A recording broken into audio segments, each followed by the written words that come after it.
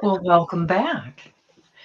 It is my pleasure to introduce our guest today, Reverend Dr. Martha Creek, widely known in New Thought. Martha's trainings approach deep inner work as an adventure with a sense of curiosity and wonder. A master of the art of right questioning, she calls forth the most stubborn and self defeating patterns to create a new way of being, literally. Ordained in religious science and divine science, Martha has served as the Great Lakes Unity consultant and served several years at Unity Worldwide Institute on the faculty. She has attended Emerson Theological Seminary, master's and doctorate, Byron School, Byron Katie School for the Work, and Hoffman Institute. She is a healthy congregations facilitator and training. And a little birdie told me that she is soon to receive an award from the Unity Worldwide Ministries. So we introduce to you Martha Creek. Hello there. Hi, everybody. It's interesting to hear that litany of journey that I've taken. And as I look at all of you as we came on to start the show today, I thought we've probably been around for about the same amount of time. And I keep hearing myself like, I've been at this for 25 years. I've been at this for 25 years. And I also think we're just getting started. So a deep bow to you, all of you that are here.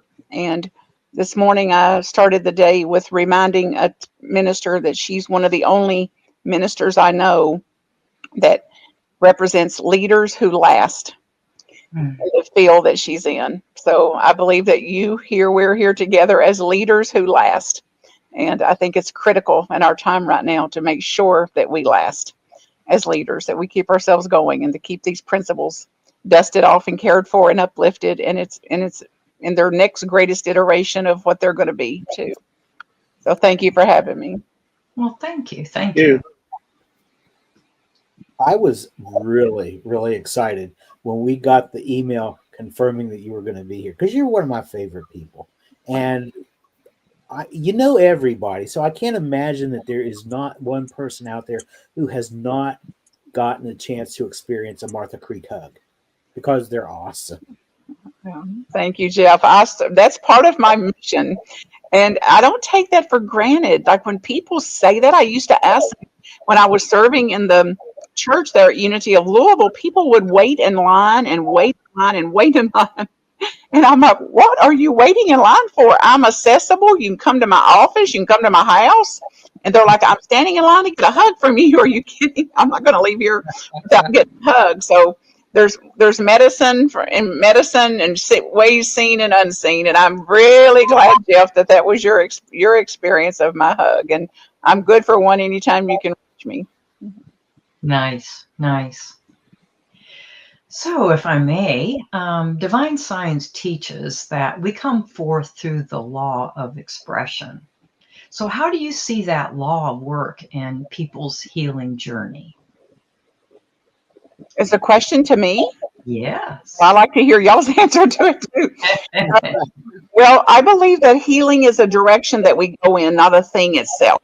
And I think that it's conceptual, what is healing, and that it doesn't mean that we're going to be disease free necessarily, and that healing is possible, and that we are absolutely inclined and set for and assured that we can experience healing regardless of what the medical profession calls healing or what the culture around us may call healing, that it is not to be defined. So it's a word for me, just like God or life or divine intelligence or anything else. It's purely conceptual, and it is to be experienced, not understood.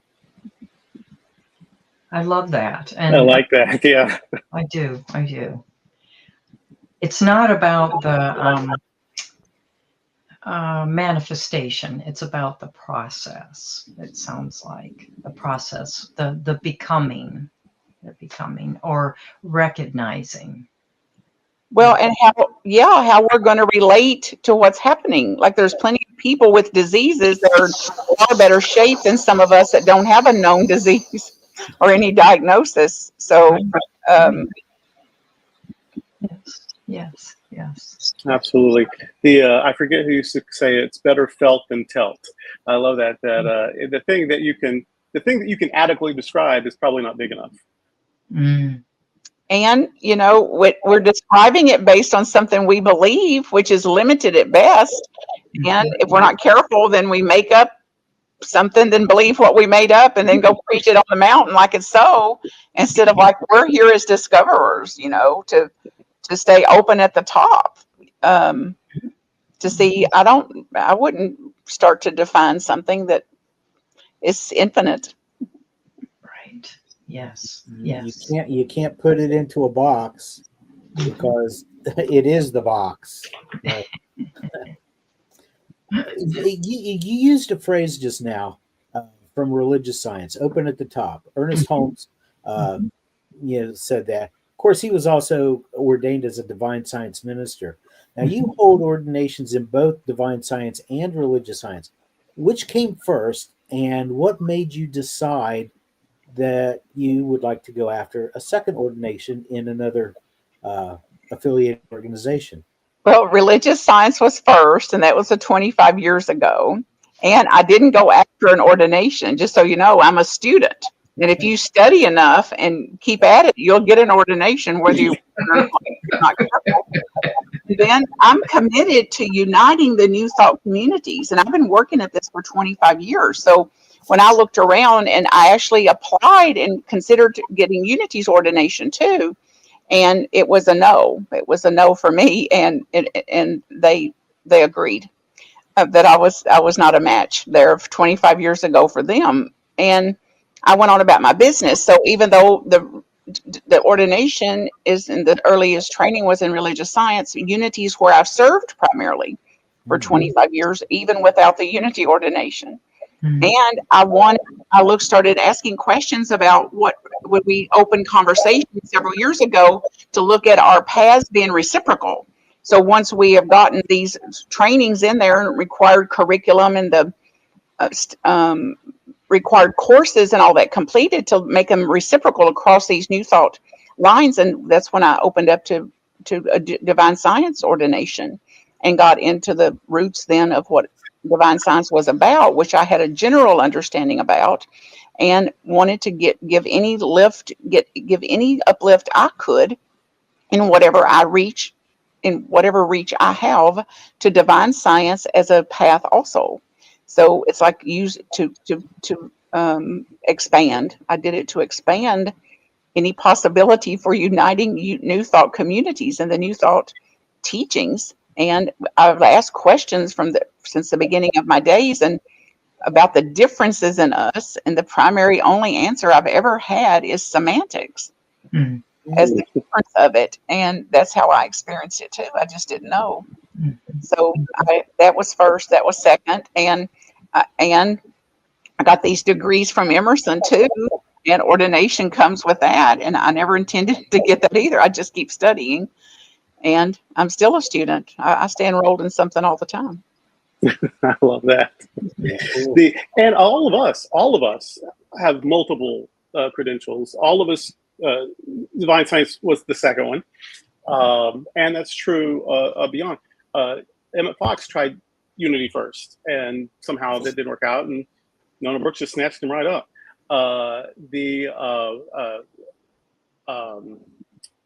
Rocco Errico has a divine science ordination, and so did Roy Eugene Davis. And so yeah, we seem to be the also place, and I love that. I love that that no matter where you have, people seem to think we also have something to offer, and we don't mind that you've done other things. Just bring that to your divine science world, and so that seems to be one of our strengths, I think, is that we recognize the unity of there's really just one truth, and we're all just seeking it and expressing it the best we can. And so I just find that interesting that for everyone in this moment on this panel, that is the truth. That's how we've all done it. My question for you, though, really isn't about although your answer would probably be metaphysical. My question isn't particularly metaphysical. I think of you as sort of a coach or a mentor, a leadership guru, sort of. And we need that right now. Churches of all denominations in decline, seminaries of all denominations just closing up shop, politics just more and more aggravating and anxiety producing, the economy always uncertain and whatever. Even people's personal liberties, they feel like are under attack. And here we are with our bright light and our truth and our love and our God is everywhere. And it's important that that connects to people, but how? How are we going to connect that effectively with people who are really just being deluged with fear and anxiety? And how do we avoid it when our centers, are affected? Our centers are the people that make them up, and the people are, we're trying to help them stay above water, but also they bring the experiences they're having, and their experience is often fearful. It's just a big thing to navigate, and you're a big teacher, so help. Well, you go first. I don't know. I don't know how we're going to do this. I'm so full of hope about it, though. And somebody told me this morning, like, well, hope is what you have when you don't actually believe it'll happen.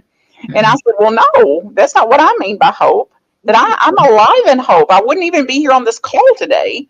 And I don't think y'all would be doing what you're doing, even with the dissolution, even with the fragmentation, even with the whatever's happening, the shrinking of this, that those of us that are called the way we're called and committed the way we are, it's like we're going to hang in there like a hair in a biscuit and say we don't know yet what we're going to do or what we're going to become, but we're absolutely going to bring all to it that we can.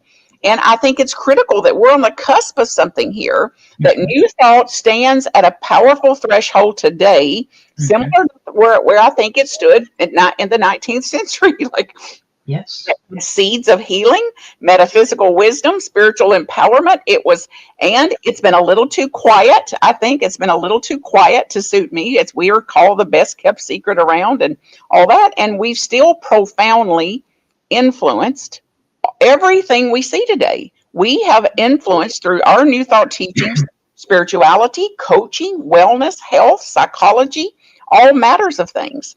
And that we, like these other sacred traditions you referred to, Durrell, we've got to either evolve or stay stagnant in this. And that we're not New Thought is not a fixed doctrine and not a fixed dogma of some sort. It is living. It's breathing. It's alive in something. And if we continue to grow in our awareness and to live the truths that we know, to actually embody these, as you see, it's got to be felt. It's got to be demonstrated, not just platitudes and quotes and things like that. To express this, that there is ever-ending ways this can be done. And I believe it's going to require us to reclaim a depth over these platitudes, that we've got to move from some cliches to contemplation and cliches to application. And we've got to do something that is emotionally honest, that absolutely doesn't disregard and diminish and depress and suppress and deny what's going on in the world, pain, and to stay spiritually robust and not to be afraid of the mystery of this or the paradox that we live in, and do what we can do independently and together like this. Together we can do things that none of us can do alone in our organizations or as people. And it's to be determined, what the next spiritual center is going to look like. That it's clear that the old one is not only in demise but dying. That old way. And we're here at the cusp of something that there will be a new way formed, and we can be part of it, I believe. And we are part of it, and maybe less formally than some. And that we've as we continue to listen and to lift up diverse voices, cultural, racial, logical, generational diversity, then we have met the needs of some of the humans out there. And this New Thought can be one, I think, a place where everyone finds themselves at home in creation, in the divine, in something, that we have a place for that, for people to find a home. And that's the word I've heard the most in 25 years. When people found a center like some of ours, well, I felt like I'd come home. I felt like I'd come home to myself. That's the most common answer over the 25 years I've been serving. You started with hope, and that, and thank you for that, because we are sometimes, we know what we know, and we have all the truth, and we have all the answers, and so hope implies doubt and whatever. But it is also, and I think everyone, if they'll just be honest for a second, they know, or they'll remember, or they've experienced that when you felt a thing, it's when you experienced it. It's not when it was in your head, not when you could recite all the principles and work it out like a mathematical equation. It's when you felt it that it happened. And hope is a feeling. And so that's what I love about that, is that, like, don't talk yourself out of hope. Hope is a feeling, and feelings are what attract. Feelings are what manifest. And so I love that. I think sometimes we sacrifice our hope because we think it makes us look like we don't know enough, or we're not, sincere enough. And I think, oh no, without hope, hope is the feeling, and that feeling can lead to other feelings, joy, gratitude. But if you don't have hope, I don't think you're going to get to those other ones. Yes, and what I thought of was, that's one of the candles of Advent. And that's the beginning, the expectation of a new birth, a new beginning. And hope is really, really, really vital. And as you mentioned, Bishop Durrell, that it's the feeling. And that reminds me of some of the writings that touch me by Goddard Neville. He talks about it's the feeling that creates the creation. And we have to have that as well as with hope, and a welcoming. Help people feel at home with their spirituality. And I think that comes from each of us feeling at home with our own spirituality. And at the same time, be willing to be open and receptive to new insights, a deeper expression, dimension of what that means. And it really can't be described in words, as much as I attempted to do that. I feel like, Bishop Durrell, I didn't mean to bypass that question you had about leadership, because I think it's critical. And that I think in this, if we're going to raise a new generation of leaders, that it's got to be an embodied teacher. It cannot be somebody who preaches and teaches principles and do not live by them. So we got to have authentic leaders who don't just teach principles, but live them humbly live the principles, and to understand it's a direction that we go in, not a destination. We don't just arrive there somewhere. And leaders then who admit we don't have all the answers, and that we're here still as students ourselves, and that whoever can embody accountability, action, inspired service, compassion, honesty, authenticity, then the future of our new thought, I believe, lies not in personalities then, but in how we practice and how we actually lead, and not to be a leader conceptually as a leader, but a leader in the way we are. And I think that's important too, because we are not a teaching that proselytizes. We don't go out looking for converts. We live our lives, and if somebody sees what we have, it's like being in a 12-step program. If you see what you like, then come ask me about it, and I can tell you about it. But we don't go out looking for people. So to live that, like you were saying, it's important. It's very important. Absolutely. It's going to require us, I think, too, Jeff, to have the courage to let go of some of our outdated ways and metaphors, even some of our outdated frameworks for what we did. Whatever got us to here is not totally going to be what it takes to get us into the next iteration of ourselves. And it's also, I think it's imperative not to look away. That we are known, some of the myths about us is that we look away from things, and that we look away from grief or racial injustice or spiritual burnout or something. And it's not true for me. and that these are these are not distractions. This is a part of our human expressions here, and this is so it's a fertile ground for spiritual work. So they're not to be looked away from, that they're to the very terrain of our spiritual maturity and our spiritual transformation. And some of the myths and some of the criticisms we've listened to over the years about what that are misunderstandings about us and our teachings is still in our. We have responsibility and accountability to straighten out some of those common misunderstandings of us and the criticisms that we're just a positive thinking bunch. It's like, yeah.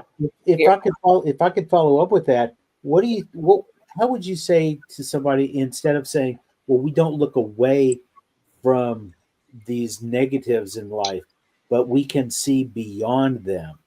How can we make that more of our message to people, that we can see where you're hurting, we can see some of the things that you're going through, but we can also see beyond that to what's next, what's a way past what you're going through now? Well, I wouldn't claim to see what's next myself, but I would absolutely say wherever you are in this human journey, that there is a greater truth of you, that regardless of what you're experiencing here. So this is not a blind positivity. This is not passive blind positivity, but it is about aligning with the truth. It doesn't ignore pain. It doesn't ignore suffering, the human condition, and says there's still a place for you. I can still be with you in that pain, and I'm going to hold a higher reality, a higher truth for you, even while you're suffering, that there's something greater that's also true for you. So it's then how to be it with both, how to allow for both, and not to suppress and depress and deny that pain is there, or that the grief is there, and that the loss is not real, and things like that. Yeah, that really annoys me when people try to take away your pain, when that pain is actually part of the healing process. Like you take away my pain, you're also taking away my healing. There were two religious scientists that honestly saved my life. I didn't know about divine science yet, but I didn't know about unity and religious science and Course in Miracles, Reiki and whatever. So I called a religious science minister when I tested HIV positive. I've been HIV positive since 1990, never a day in the hospital. And so when I called, thank God I called her, because she was like grandmotherly and sweet, and she wore wigs, a lot of makeup, rings on every finger. You just wanted to she was just so cuddly and adorable. So I'm calling her, I'm thinking, this sweet, cuddly, adorable grandma that's going to cry with me and feel sorry for me, and I'm going to wallow in that and get a big, soft, cushy hug. And when I told her the story about this test, and her immediate response was, "Oh, honey, that's just information." I was so put out. I'm like, wait. But honestly, I trusted her. And so it took away so much fear. I think if I had not been able to manage the fear, I wouldn't be here telling you the story.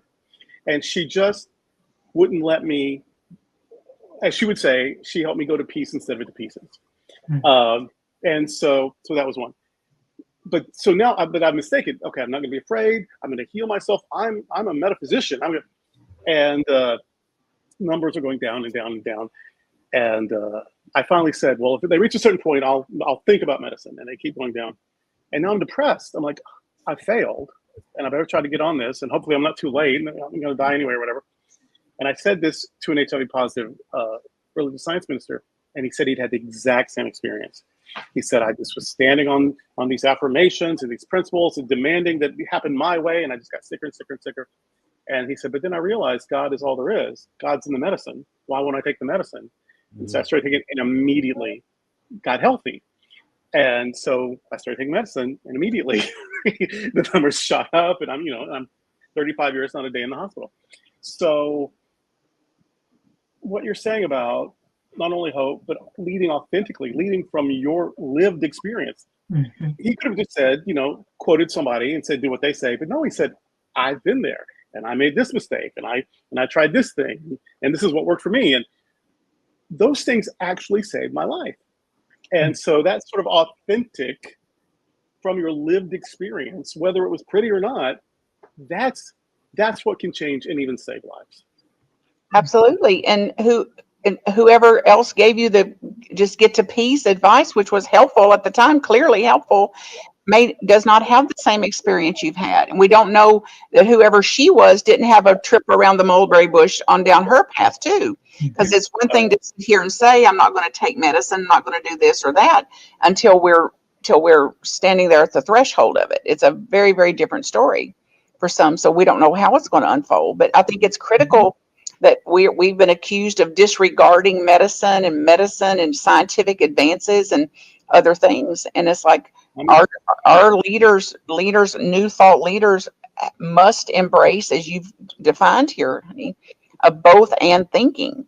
That it's both and. Do your practice, speak your affirmation, speak the truth as you know it, and include science and medicine. And it's science and spirituality. One or the other. My healing line is say a prayer and take a pill. If one doesn't work, the other will. And that's what I'm a big fan of medicine. Well, you know, somebody helped me with this years ago because I was a goner. It's a wonder anybody would have sat by me way back then. I mean, it's still marginal today, but they're like, oh my God, I sat with her last month. You sit by her because she's full of questions. But he said, let me get this straight. If you've got a splinter in your foot, you're just going to leave it? You'll just leave a splinter in your foot? And I said, well, no. And he said, well, that's what you're saying. Like the splinter, just deny that the splinter's there. Deny the splinter has power. And then I said, well, we'll pray it. We're going to pray. And he said, yeah, you're going to pray a splinter out of your foot? It's like, snap out of it, girl. Like, wake up. And it's like somebody that would have enough care for me to not let me get any further in a rabbit hole of ridiculousness. But to say, like, yeah, if I've got a splinter, I'm going to go ahead and pull that thing out. And I'm going to pray. I'll pray some too. Right. And and it may take a pill. Right. This is all very important stuff, very important advice. You know what else is important? A commercial break. And so this is Divine Science Everywhere on the New Thought Media Network. We'll be right back.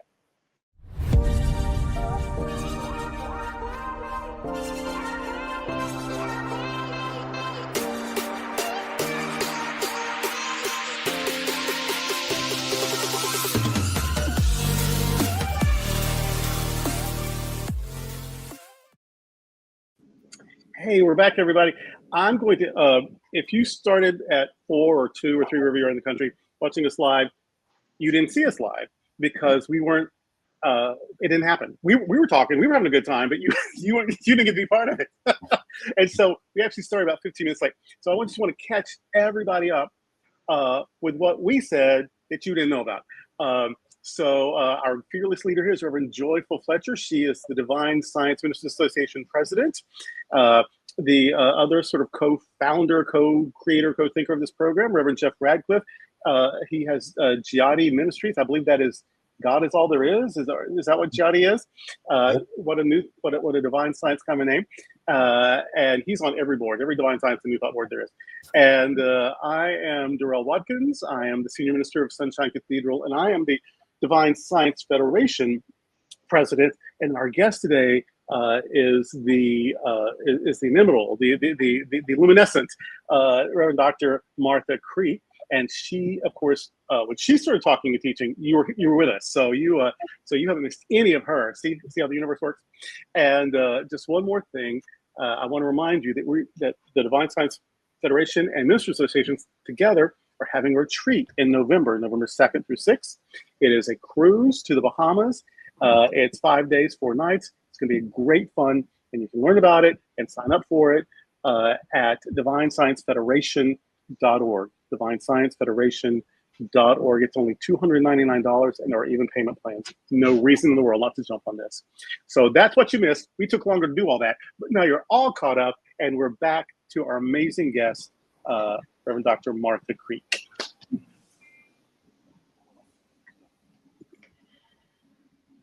Now somebody ask her something.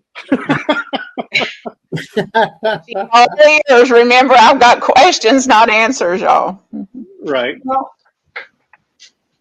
So, Martha, how can we learn to live in right relationship with our source, with ourselves, with each other, especially when conflict or pain is present?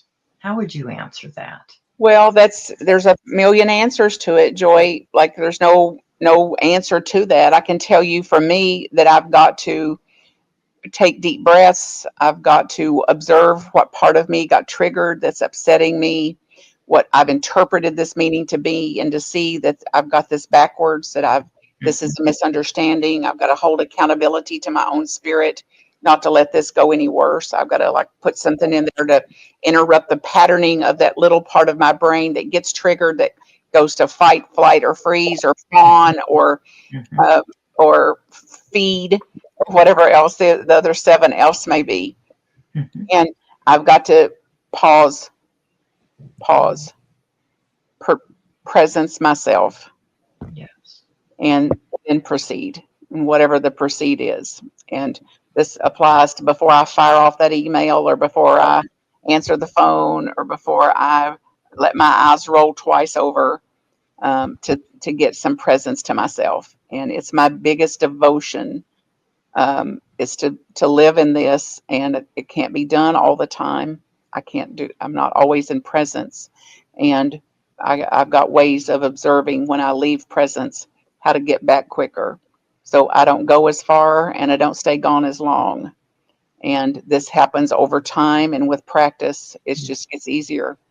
And our brains scientifically is proven that we can actually rewire the brain, so our knee-jerk reactions are not as apt to run the show for us. And our hurt places and our wounded places are not as likely to take over to the degree that we practice this. And that's my lived experience. Mm-hmm. Thank you. Thank you. I'm practicing the realization that there are certain buttons that others can push. And at the same time, I need to remember that they didn't install those buttons there. They are the messenger for me to, as you said, the spiritual practice, take a breath. And I've noticed myself too over the years that I don't stay gone as long, maybe not react as quickly. And I'm grateful for that. I'm grateful for that, to Yep. remember. Yeah, That. it's as good as it gets, as far as I know, honey. That it's like using spiritual truths Yes. to instead of avoiding dealing with these things, suppressing, depressing, disowning, denying, that we use these as an emphasis on how to embody the truth of us, our wholeness, so that we have then the shadow has a chance to integrate, and we have a chance then to feel less and less vulnerable to their opinions, to their tones of voice, to their thoughts of us. And there's no thought you can have about me that I've not already had about me. So I'm not scared of that much. I like that. I do like that. I want you to say something about happiness. You seem to be content and happy and at peace, and I think that's what we may say. We want $1 zillion, or we want to live to be 106, or we want a perfect lover. What we're really saying is we want to be happy, and we think those things will make us happy. And you seem to have it. And I think most of us, that's what we're looking for. And that's what we're trying to help other people find. Of course, you can't lead where you won't go. You can't teach what you don't know. So, I mean, we have to have it to give it. But then there's also sort of a pushback saying, that's when the pushback's against New Thought. Well, you just want to feel good. It's just all fluffy and warm fuzzy, and there's no substance to it or whatever. And I don't think that. I think that happiness is the point, and from happiness, good things. So one of my favorite prayers is a Buddhist prayer that says, "May we be filled with loving kindness. May we be well. May we be peaceful and at ease, and may we be happy."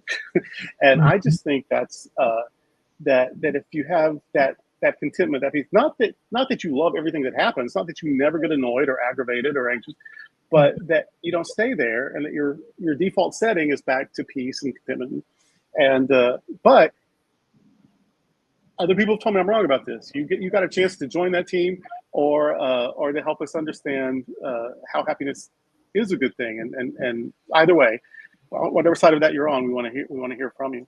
Well, I don't see it as either good or bad. That's just it. And I've done my best over these 20, well, all my life, but professionally, to take down this barrier, this middle ground of good and bad, versus happiness is a part of our wholeness. And sadness and grief and loss and shame and guilt are part of it too. And the less I resist those shame and guilt and irritations, frustrations, the happier I am. It's the damnedest thing. It's like, it's my resisting of that. Am I judging it and calling it bad and calling those parts of me bad is what steals a thief of joy, is a thief of happiness. And the more I've integrated that, the more I accept that all the humanness is a part of my divineness also, then I'm not in resistance and at war with sadness. If a feeling of sadness arose, it's like it's welcome. It's like it's normal to have that kind of response to a loss, that kind of response to a disappointment. And if it's given space, if I can swing wide the door and give it some space, then it rises and passes. So then I'm actually more content. I look happier because I've not got all that baggage from those suppressed and depressed and disowned emotions in there. And trust me, I've carried it around for years. Because I was in a state of denial that would kill most people. Like if I can pretend it away, and stoic and spine of steel and whatever else that started for most of us in our childhoods when there wasn't a place for emotion. Like no emotions welcome here. And certainly not sadness, and no wanting, and I'll give you something to cry about or whatever else. Yes. We had to figure out a way to, like, okay, that better be extra somewhere. I better get a big Pandora's box because I got quite a bit to go in there. I don't know how it was in the Midwest, but we have 3 Southerners on this show. I'm from Arkansas, and we have 2 people in Tennessee and Kentucky and all that. And yeah, we got I'll snatch you up in the supermarket, if you're misbehaving, or I'll give you something to cry about, or not behaving properly in church, wait till we get home. Or there was always control and consequences and fear and threat, and it was cultural. I mean, that's the way they grew up. Nobody was trying to be mean. They thought they were doing good, in fact. But it is amazing how much of that we then, because that was our first experiences, how much of that we then project onto God. And then we spend our whole life being, afraid that we're in trouble with God or whatever. And we don't need to be afraid of God. We're just remembering being afraid of people who were in charge when we didn't know anything. Well, and for kids, it's like that was God to us, because it's like we're like dependent on them. I mean, our very life came from them. And that little young, naive understanding of it, it's like I came from them. It's like, and I'm dependent on them too, by the way. Talk about very, very scary, and boys acted a certain way, and girls acted a certain way, and you treated people of certain ages certain ways. And it was just all very, very regimented. And the worst insult, is to be lazy. I used to, when I was a teenager, I would stop at the mailbox. The mailbox was way down the driveway, and I would stop at it to get the mail and then drive the rest of the way. My grandmother was so furious and embarrassed. She's like, people are going to think you're lazy. Like, I should go all the way parked and walk back to I'm like, it's just here. I don't understand. But that was the worst thing. Like, the neighbors are going to think you're lazy. And I'm like, we live in the country. We don't have a neighbor for half a mile. Who's gonna notice? Well, the worst thing is to be lazy. This confirms that we're brothers from another mother. Because in my household, the worst thing anybody could be was lazy, which now I can pin on the reason I'm a workaholic now. Yes. And so right behind lazy was liars. Lazy and liars are nothing but lazy. They're nothing but a liar. So that's in our psyche, honey. It's in our bones and blood. So it's got to be sorted out, as this is a part of what some things we've got to redo, undo, get a new framework around. Yes. And something that you said, and we're running out of time, so I'll make this real quick. Something you said struck a chord with me when you were talking about being content. reminded me of a story I'd read about a Zen master, a lady by the name of Sono, who taught one little simple mantra. She said whenever anybody came to her for healing, for whatever, she wanted them to do the affirmation, "Thank you for everything. I have no complaint whatsoever." No matter what the situation was, that was the affirmation that you used. And there were a lot of people that didn't get it, who tried to argue with her, say, "Oh, this is going to work." Or some people heard that and they just didn't think it would work for them. And so they just kind of fluffed it off. But those people who actually used the affirmation, "Thank you for everything. I have no complaint whatsoever," were the ones who found peace and healing. And that's what I got listening to you talk about being content. Yeah. Thank you so much for sharing that. Thank you. I love that. This has just been a wonderful time together, and time flew. Flown by. It definitely did.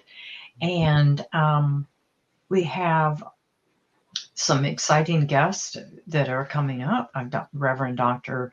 Raymond Anderson will be with us May 30th, and Reverend Tanae Gosamaya Mina will be with us, and she's third generation divine science, and we have lots of other exciting things coming up. And so thank you today, Reverend Dr. Marthacreek. It's been wonderful to share this space with you. I appreciate that. And we'd like to thank the New Thought Media Network, and we thank all of you for joining us.